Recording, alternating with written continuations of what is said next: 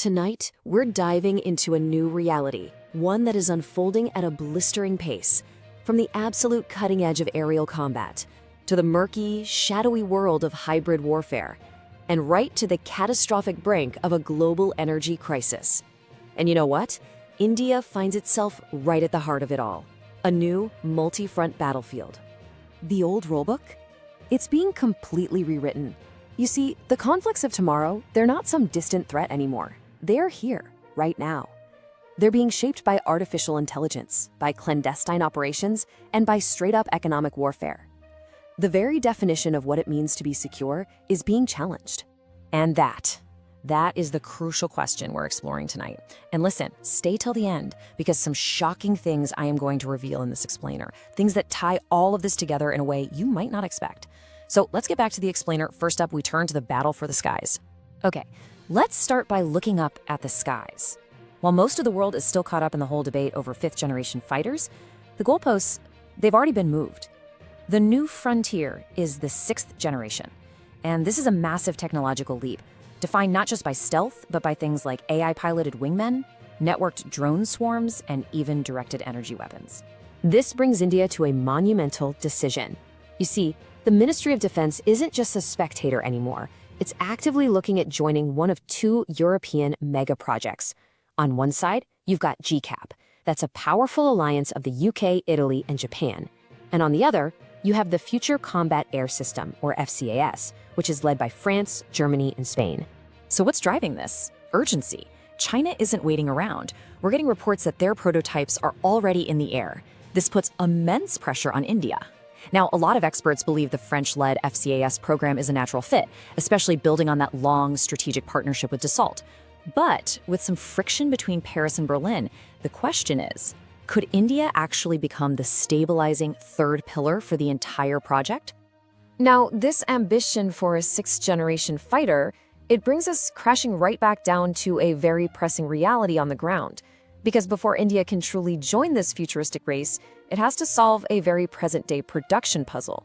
At home, the pressure on Hindustan Aeronautics Limited, or HAL, is just immense. The Indian Air Force needs aircraft, and frankly, it needs them now. And look, there's some genuinely good news here. HAL has confirmed that 5 advanced Tejas Mark 1A fighters are completely ready for delivery. And these aren't just empty airframes, we're talking fully equipped with cutting-edge ASA radars and secure data link units. It's a huge milestone, but there's a catch. HAL is making some really serious moves to break that production bottleneck.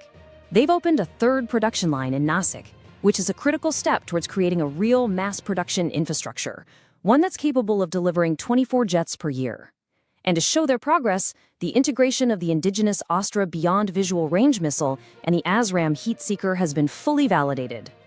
Which brings us to the puzzle. I mean, if 5 state-of-the-art jets are ready to go, why haven't they been officially handed over to the IAF? This is the catch-22 at the heart of India's self-reliance journey. Is it a final certification delay, a bureaucratic hurdle, or is it something deeper, an issue within the global supply chain? The answer is absolutely key to understanding the real pace of modernization. Okay, so now we're going to pivot. We're moving from industrial challenges to the hidden battles.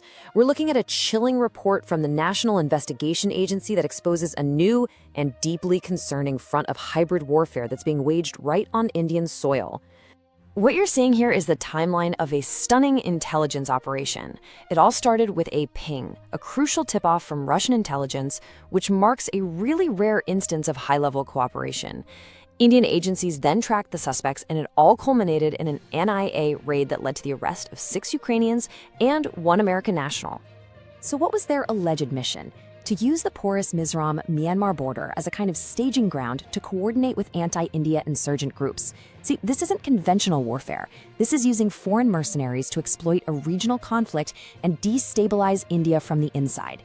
The NIA is now hunting for the local collaborators, the moles, who made this whole operation possible. From those internal threats, we're now going to broaden our lens to a grave external one. The U.S. intelligence community just released its annual threat assessment, and its warning about Pakistan is maybe the most direct it has ever been. Just take a moment and absorb the weight of this quote. This is not some veiled diplomatic language. The report bluntly states that Pakistan is aggressively developing missile systems that are designed to strike targets far beyond its immediate region. The warning could not be more unambiguous. So the clear takeaway from American intelligence is this: Pakistan's missile program is on a trajectory to develop a full-fledged intercontinental ballistic missile, an ICBM. An ICBM that would give it the capability to hold the continental United States at risk. And that fundamentally changes the entire security calculus for Washington. But this right here reveals a stark contrast in perception.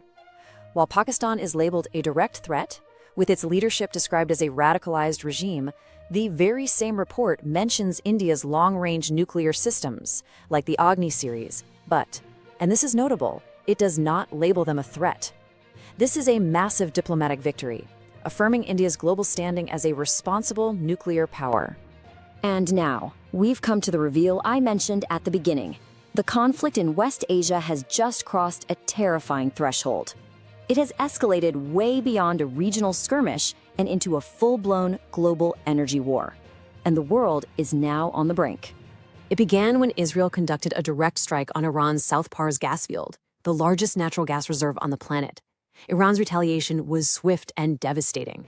It launched a wave of low-cost drones and missiles against the crown jewels of Gulf energy, Qatar's LNG hub, Saudi Arabia's key refinery, and facilities in the UAE and Kuwait. To really understand the catastrophic impact, just look at this chart. The attack on Qatar's Ras Laffan facility alone wiped out 17% of the entire world's liquefied natural gas supply.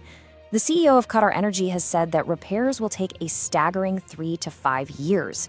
This is a potential death sentence for energy security in Europe and Asia. So what about the American response? The Pentagon has made an emergency request for $200 billion in war funding. This signals that a direct US-Iran conflict is no longer a question of if, but when. And the final ultimatum has been issued. If Iran touches Qatar's gas fields again, the US will systematically dismantle Iran's entire industrial base. So this brings all the different threads together into a perfect storm, with India forced to perform this incredibly dangerous tightrope walk. How does a nation even begin to navigate a world where all these fronts, technological, internal, and economic, are all active at the same time? Well, New Delhi is in crisis mode. Prime Minister Modi and External Affairs Minister Jay Shankar are in constant diplomatic contact with their counterparts in France, Israel, and the US, and they are pushing hard for de-escalation. India has made its position crystal clear. These attacks on energy infrastructure are unacceptable because they represent a direct threat to our own economic stability. And this is the new reality. The era of contained, distant wars, it's over. From the race for sixth-generation fighters to the shadow war on our borders, and now this energy war in the Gulf, everything is connected. Every single missile fired at a refinery is a blow to the global economy, and India is standing right in the middle of it all. This whole situation is evolving by the hour. To stay ahead of these developments with clear, structured analysis, make sure you subscribe to this channel for our latest explainers. You're not going to want to miss what's coming next. And that brings me back to our first question, and I really want to hear from you on this.